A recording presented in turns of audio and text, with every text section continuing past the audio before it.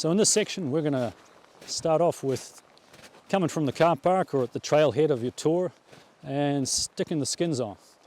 So just get set up in a nice place, you're not going to be disturbed. Initially we're going to lay our gear down and get our skins ready. So unpacking the skins out of the bag. Some people will be using these cheat sheets, others might not. At the start, I want to make sure that there's nothing dirty on the bottom of the ski, because as soon as we put a skin onto here, the glue is just going to suck that up. And then the next part is getting the skin ready a little bit. Loop it over the top and then pull down, but also away from the ski.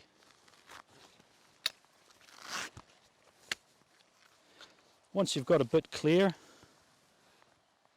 you can match up the skin just inside the edge and give it a little brush, and then you can work the rest of the cheat sheet away. Once I have most of it ready to go, I'm going to tension and then line up or align the skin on the edge. So it's going to leave a bit of the edge free, and so when we've got harder snow, we'll still have a little bite. Secure the end, and then over the whole ski, I'm going to make sure it's really sticking well and there's no snow or air bubbles or anything like that. And now the last part, if you do have brakes on your skis, disengage the brake and put it into touring mode so you're ready to step into it. I do this last because I don't want to have the possibility of a runaway ski. And if I have my brakes disengaged first and I still haven't put my skin on, yeah, it's probably more important when we're taking the skins off, and we'll talk more about that shortly. So that one's good to go.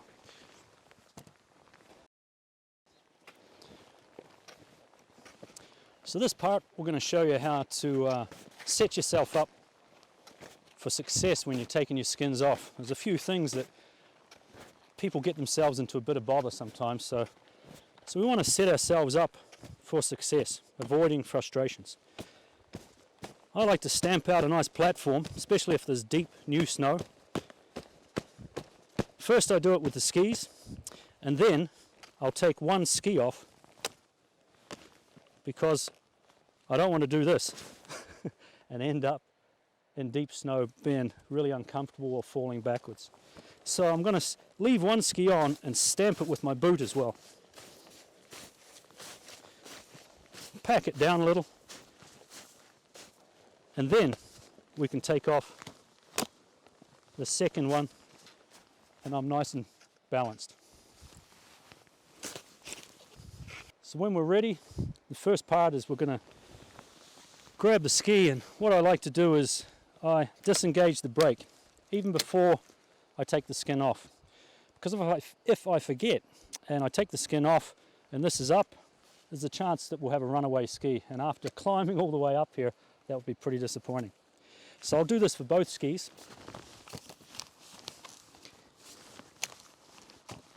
And now they're a bit more safe.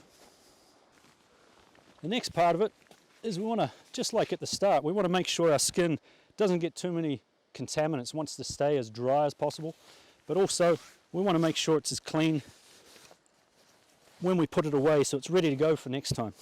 So give it a bit of a brush, and that one's getting ready. If you do use cheat sheets, we'll just grab one of those ready.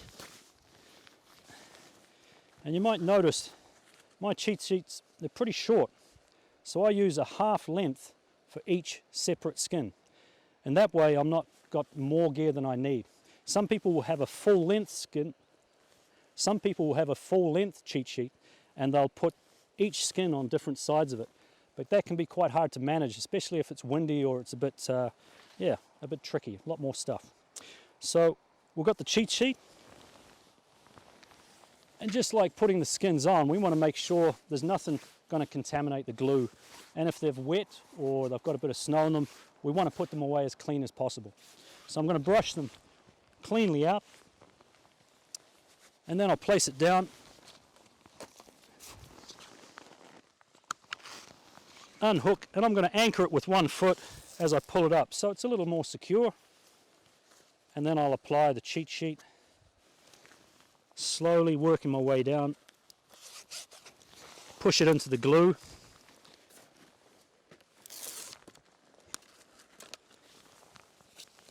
and this is nice if it's not windy, but we'll show you that windy technique in a minute with the other skin. This one, I press it together, I fold it, and that one's good to go back into the backpack. If it's you're doing a ski tour where you're doing a lot of short loops, you may choose to put this on the inside of your jacket where it's a little warmer, and on a cold winter's day sometimes the glue doesn't stick so well, so if you can keep it a little warmer, that can add to the sort of tackiness or the stickiness of it. So a lot of jackets might even have that built in. For now I'm just going to put mine in my backpack. Nice. So if it's really windy out, you want to keep things as stable as possible, and I'll show you a technique to keep the skin low so it doesn't end up flapping and it's a real mess. So same as last time, we've got the brake engaged. We want to clean the skin as much as possible, brushing all the way down. We've got our cheat sheet ready. Everything just happens a little slower. I'll peel off only half the skin, but I'll keep it pushed down onto the ski, and everything is pushed against something solid. So I'll put the cheat sheet on, and then I'll gradually work along, applying more and more. And if you don't use the cheat sheet, you would just be applying the skin back on itself so it's glued, and as you pull it off it's a bit more controlled.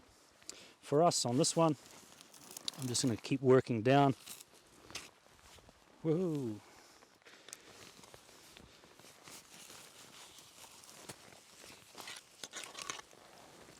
And it's all tucked away. I'll roll it up a little bit. And again, it's either good to go in your jacket to keep warm or just into the backpack.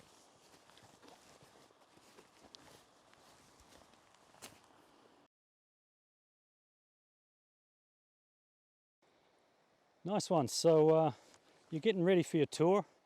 A lot of people are using these tech bindings or pin bindings, and I'd like to show you a nice easy routine. It sort of makes things, I like to make things easy for myself. People are naturally lazy, so if you can get a routine that works but it still covers all the points, it's going to be ideal. So with tech bindings, it can be a bit frustrating if you've come from normal bindings, but we're going to show you a few tricks and tips to make it easy to get in and out of those bindings. So the first of all, like most things, it's good to start from a nice controlled platform. So find a good place to lay down the skis, getting ready to go into them. It's always easier if there is a slight slope, if there's a small angle on the terrain, to put the downhill ski on first. So you'll notice I don't have my pack on. I'll explain that in a minute. When you get set up, the ski should be nice and flat. Ideally, you might need to actually stamp it into the terrain or into the snow to make sure it's on a nice platform. And ideally, it hasn't got a big hole underneath the snow. Nice and secure. A bit of a cleaning of the boot. I'll have the boot I'm standing on between the skis, so I'm as straight above the ski as possible. I may clean this binding at the front by snapping it up and down a few times, and that may help to clear any snow that's underneath the spring. And then I'll place the toe just lightly where it should be with the heel up and gently push down and have the pins engage. And then I'll pivot a few times before snapping the heel down. Give it a few stamps to make sure it's engaged, and that one's good to go. Always putting the downhill ski on first, because it makes it much easier to put the second one on. Give this binding a few clicks, and then lining up the toe, gently pushing down, a few pivots,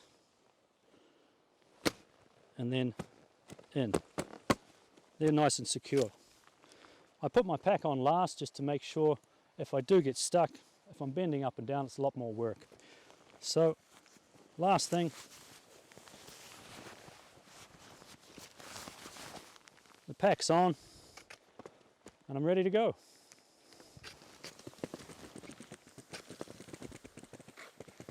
So sometimes you'll be on a steep surface that has very hard snow or even ice, and you want to try and get into your skis. You can't dig them in very easily. What you can do, even with the angle that they are on, is actually hook in the downhill edge if you can a little bit. Usually that's possible. And again, we're going to put the downhill ski on first, but I'll place a pole in down below the downhill edge so it doesn't run away. And this time you'll need to angle your foot, your ankle, the same as the ski to get the both pins, trying to line up carefully. Everything's done but at an angle, so on the pivot you're perpendicular to the snow surface. Once that one's in, you can ideally have this hard controlled edge, and then you can work on the uphill ski. And then your edges are far more useful.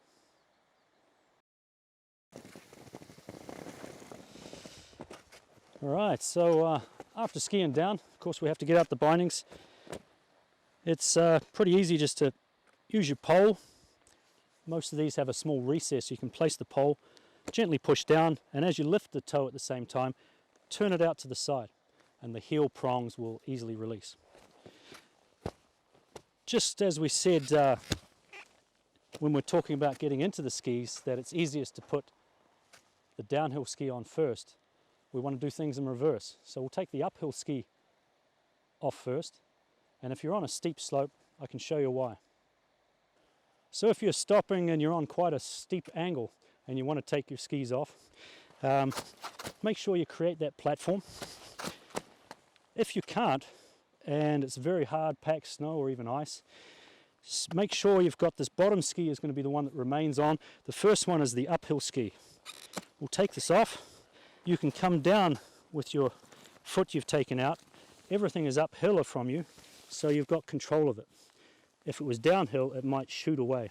Nothing's going to run away, or at least I have a chance to stop it being downhill of the ski gear. Great, so now we've got our skins on, backpack, we're ready to start skinning up the hill. Just like always, putting on the downhill ski first is going to make things a lot easier. So for touring mode, we're just getting a nice balance, lining up the toe piece, gently pushing down, and then reaching and locking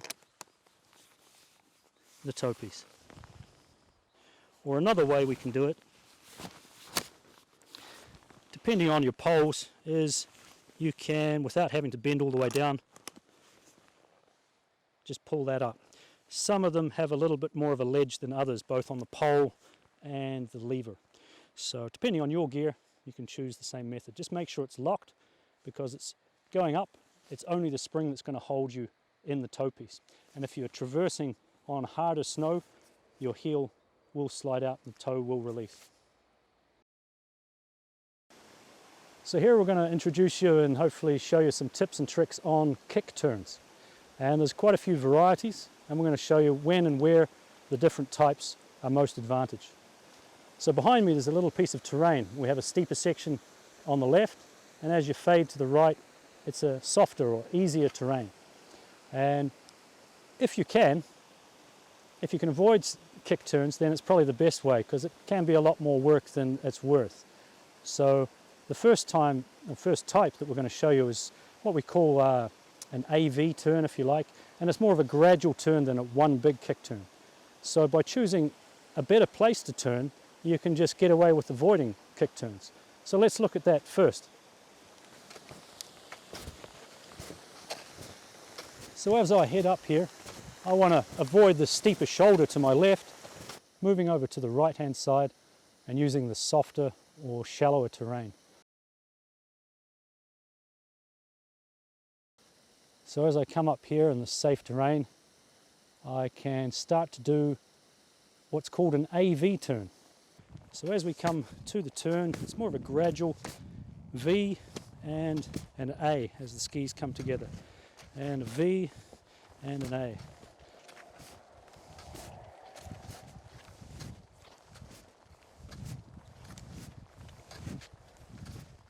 So here as we go up, and perhaps we don't have the choice of an easier soft terrain option, so we need to go up through a steeper section. Let's do some kick turns. So here we are, climbing up on a relatively good pitch. We get to where we want to make the turn back the other way. First of all, we need to stamp out a good platform so we're balanced and we're controlled. Then we'll place the poles nice and widely apart, so when I move the skis they're not going to catch the poles. Drop the ski backwards, because it's always space back here, and then bring it forward and take your time before you stand on it properly to get it in that right direction. Now I'm going to bring my poles around, because I'm soon going to launch onto this new area, new ski, and I'm going to flick up my left ski.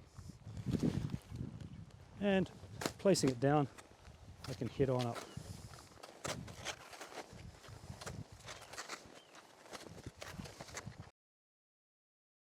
So this next section we're going to look at skinning technique, including using the heel risers. We get a lot of questions, people wonder really how is it to make it most efficient when you're skinning along. So we're going to look at that, and it's going to be a little different depending on you, and especially with your calf muscle, how you're put together and when you might use those lifters, which one to use, and so we'll look at all of that stuff. So when we're skinning, we want to keep the ski on the ground, on the snow, as much as possible, which means sort of sliding and scuffing it along the surface. As soon as you start lifting your ski, you're using more energy than you really need. So try and just shuffle the ski across the surface.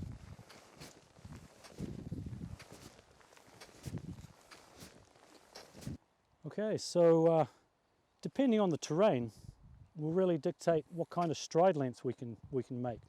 So on the flat we generally can take quite a long stride, or at least longer, and as soon as it starts to steepen we need to keep the stride a little shorter, and that keeps the weight straight underneath us and on top of the skin. As soon as I stretch too far, I run the risk of it pushing backwards instead of pushing downwards to grip the snow. So as it gets steeper, for better skin grip, keep shorter steps. So most touring bindings will have some kind of heel lifter, which means as the slope gets steeper, you can add basically space underneath your heel so that you don't stretch your calf muscle so much, and you can continue on up with much the same stride length. Some bindings will have a bar that actually comes underneath the whole binding. They're sometimes on a plate or some bars, but these ones just have a flick over, and it's quite a common feature for most bindings. So what I like to use to make it easy is the handle end of my pole, not the basket, and I'll take that down because it's nice and solid, and just flick it over one or two, or whichever you want to use. Same for putting them on or off. So don't be afraid to put the heel lifters up and down. They're quite easy to change for most bindings, because if you're on the flat, even if it's a short spell, and you've got your heel risers up, it'll feel very awkward. It'll be, you sort of end up shuffling, and the back of the boot will start hitting your calf muscle, and you can't take any decent, efficient stride length. So just reach down, flick them back.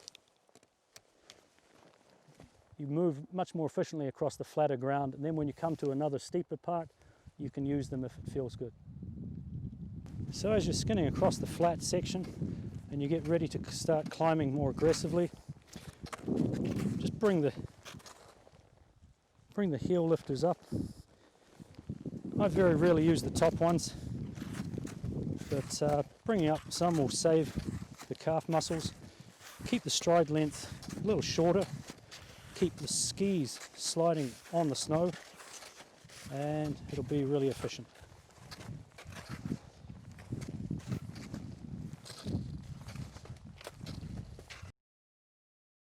Touring boots are quite a bit different from regular ski boots. Most now have the tech binding inserts for the toe piece, and they also have a much larger range of motion for when they're in walk mode.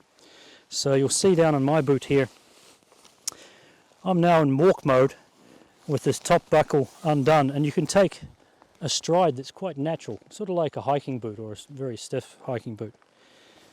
The regular buckle down at the front tends to stay the same the whole day, whether you're in downhill skiing mode or in touring mode, because that helps to keep the front and the back, sort of the heel and the broad part of the foot, in place so it's not moving around.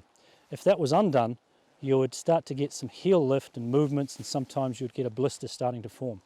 So generally, most people, or these have been built in the way that the forefront is really much the same the whole time, and that keeps the heel locked.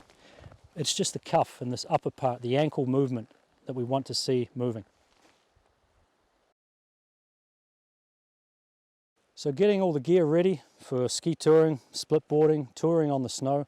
You could be with the snowshoes also. Some of the things when we're going into the backcountry we definitely need to add on are the shovel, a probe and an avalanche transceiver. So having that gear, being ready to use it, having good knowledge how to use it, but also having your system set up so you're wearing it in a way that it's most efficient. So for the transceivers, we want it to be worn on the body, so if a violent avalanche happened, it's not going to get ripped off us. So generally it's underneath, quite close to the base layers, but you still need to be able to get to it as well. The way I have mine set up, I can have a choice. I can either unzip and get to the transceiver out of the holster here.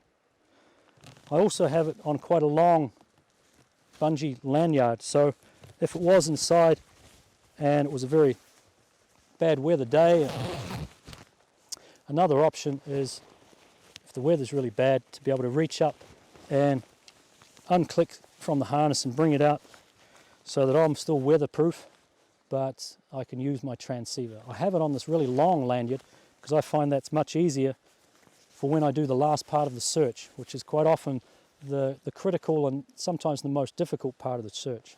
So when I'm getting down to do that pinpointing, I can actually move the transceiver almost 2 meters without me moving. If I'm having to follow that with a short leash, then it becomes really awkward and not as efficient. It's harder to stay accurate. So having a system that works for you, but is also going to be the most efficient, get your system sort of set up. Next thing we're going to look at is the shovel and the probe. So the shovel and the probe, how you have it stashed in your bag is quite a critical thing. It can save you a lot of time. You don't want it buried below your extra jacket, your extra gloves, your lunch, and have to look through all that stuff to get to it. A lot of packs have a dedicated sort of extra sort of window or a pouch, and in my bag they're right on the back. Basically nothing else lives in here apart from that safety gear. So with the shovel, nice and easy, sort of coming apart, making sure that it's ready to go. A lot of people will have their probes still in, perhaps they're a little bag that sort of comes with it. I tend to flag that because that's an extra little draw cord I have to do. When I put this in my bag, I want it super easy to get out and nothing burying it. So it might seem like a small point, but this is going to be an emergency situation when you want to get to this gear and you want to make it second nature, not have to think but just react. So having it in a place, your system in a way set up that it's going to be the most efficient for you. And then the avalanche probe, making sure that's in good condition each time you put it away. But when you're putting it together, throwing it downhill, if there's a slope, pulling a little tension, snapping it together, really make sure this top end is locked and that one's ready to go.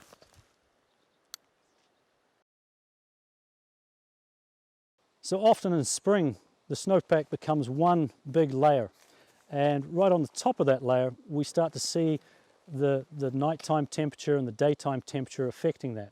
Sometimes we'll get a crust and it'll freeze, other times it'll just melt and it'll become quite soft and wet. The tests we can use in the mornings especially and throughout the day to see how strong that layer is, or how weak, is the penetration tests, and we can just use our poles as we go along. Good thing with this test is we can test often and right across the slope. So as we go, we just need to tap, trying to apply the same force as we tap down through the snowpack. And if we meet a lot of resistance, that's a strong layer. If it's really weak and it punches through, that's a weak layer. We can also do it on the way up as we push off, and we can pull up the basket off to the side so we can feel the bottom of that harder or stronger layer. If you do find these, get right down and use your hands. And here we've got a bit of a crust on the surface, and then lower down it's really weak and sort of mushy snow. So the cold air in the evening is freezing from the top down. Underneath it's really well insulated and it stays quite weak. So at this time of year you'll see in very steep terrain these glide cracks opening up where the whole snowpack is creeping down the hill under its own weight. Really be careful in those zones, the places to avoid. They're very hard to predict when they might release. So stay safe out there. Have a good look at the Varsom. They're giving out some great advice, and we'll see you out on the slopes.